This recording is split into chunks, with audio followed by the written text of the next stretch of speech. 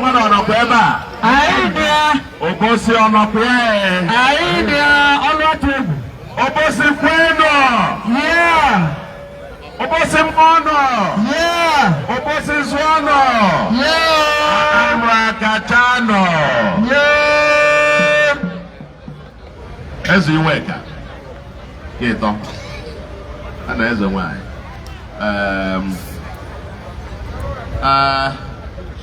Ndị ichie Obosi na-ekene m ụnụ. Ndị afọ ọkwa ugo eze nwanyị. Ugo nwanyị. Afọ si mfe ebe ene. Ekene m ụnụ. Ndị Obosi niile ekene ka m ji wee bịa. Ka nkene kwuo ndị bịara abịa. And we're traditional rulers from the southeast. I can see Esu of Nupe here from the north, and some other traditional rulers that have come with him. I can see a short list of them. Yes, let me not go into the long list that I have here. The long list of visiting traditional rulers from Anambra, from the southeast. I can see Igwe Professor Labs, Puemede, and several others. No, Imo, Opia, several of you from the southeast. I just spoke to the Oni of Ife quite a few minutes ago. He's already on his way. He's just landed a few minutes. And I understand that in a few minutes' time, he will be here. But unfortunately, I have to run. You know the time of the season that we are in. In 2 weeks' time, exactly 2 weeks today, there will be governorship election in Anambra. And I am rushing now for campaigns in 2 local governments. We're having 2 local government rallies today. Will be live, I think, by 1 o'clock. So I have to rush from now. My apologies that I am not staying till the end of this event. But let me make 2, 3 quick points. First is gratitude. As you work, Abiyakwa Obosi, Biyakwa Obosi, Kwakwa Obosi. Come on, go more, but look at Joseph Obieba. And I know it. It's sure. Igwe wepụta gị ama abịazi Obosi maka na abịakaligo m Obosi maka na afọ m Obosi n'anya ejego m the palace akwa 1908 ga-ezi iwe ka the first eje m for that ancient palace and with the history with it. Thank you very much for this honor. Yes, all the 3 senatorial zones in Anambra conferred this title of Oluwatuegwu.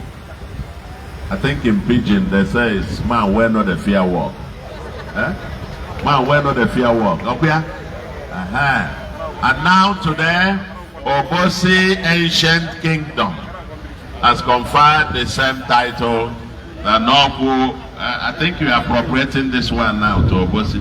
Oluwatuegwu one of Obosi. I deeply appreciate this. Thank you very much for the honor. Second, to appreciate you as you work, the chairman of the Anambra Traditional Rulers Council, for this particular event.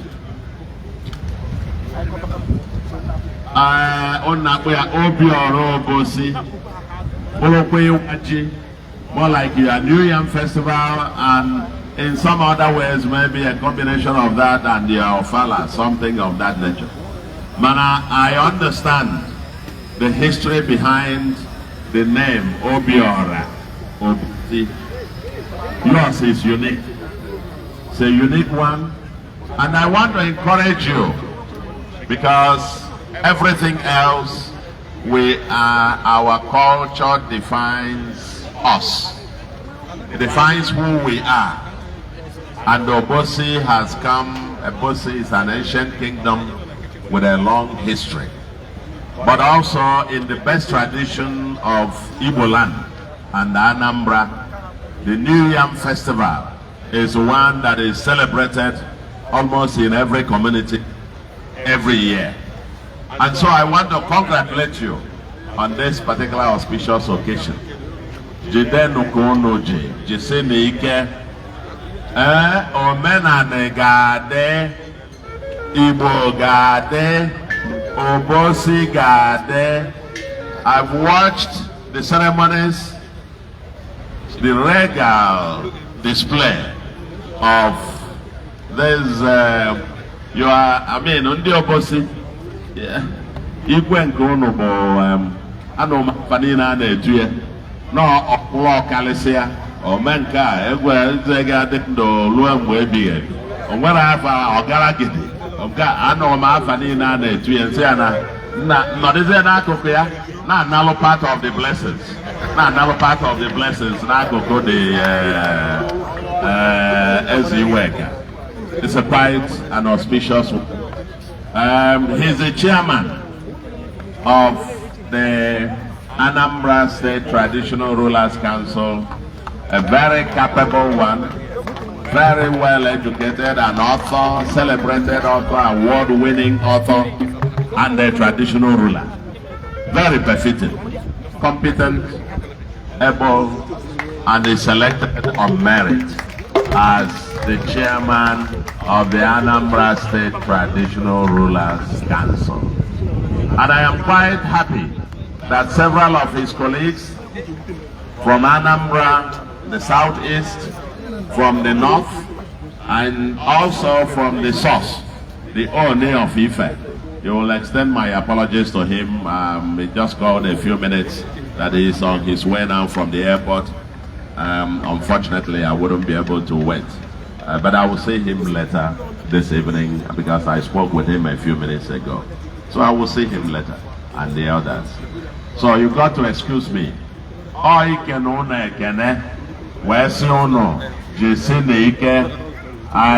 enjoy the royal dance by a few of you.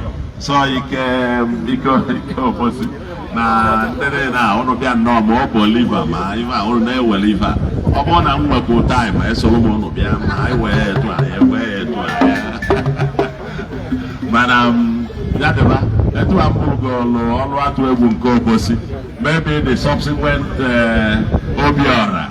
I will now come and I will dress and stay beside the Igwe. When it is time for dance, we'll dance and we'll pull it and then but it is well. So finally is to encourage you. I've seen you around, I've seen yams, heaps of yams there. I will meet that part, but I will come back as a worker and maybe enjoy part of it. It will be my missing. I will miss part of, I mean, I'm sure the height of the ceremony is yet to come. As a worker hasn't even danced. I was looking forward to that one because I know, I can imagine when he stands with his height and dancing that dance. I hope you get the video for me. Thank you very much, all of you, for coming.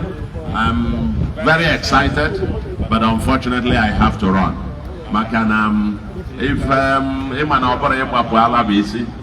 on Jenjedine, I know Pakita, and no matter what it is, we are campaigning, and we are campaigning like no other.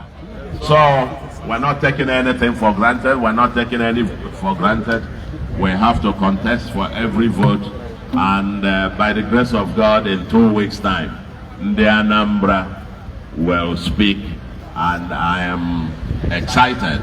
Nandi Obosi will also speak very loudly. You will speak loudly.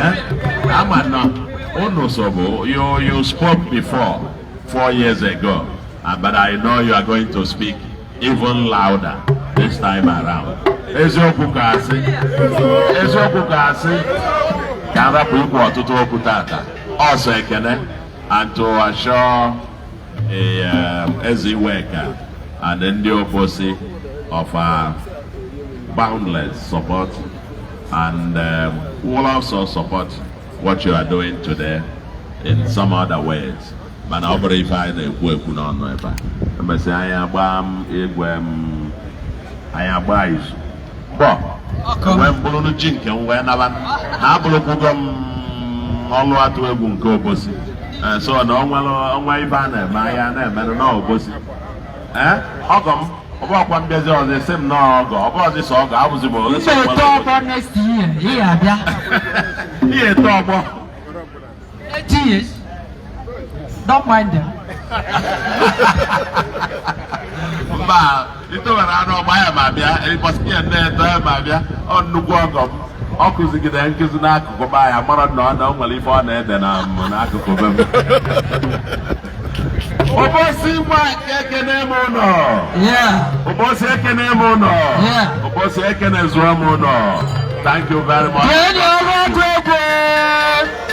Because Your Excellency, ndị a bụ Ezeagu family, ụmụnne Ife, Ada Echila na Nkịtị, Adele Ife, ọrụ Obosi na-alụ. Ọsọ Obosi bụ okwu. Ọ na-egosi his family. Solution Adagu. Solution Adagu. Solution Adagu. Àwọn ọ̀gá yóò burú òkè. Without ten. Àwọn ọ̀gá yóò burú òkè.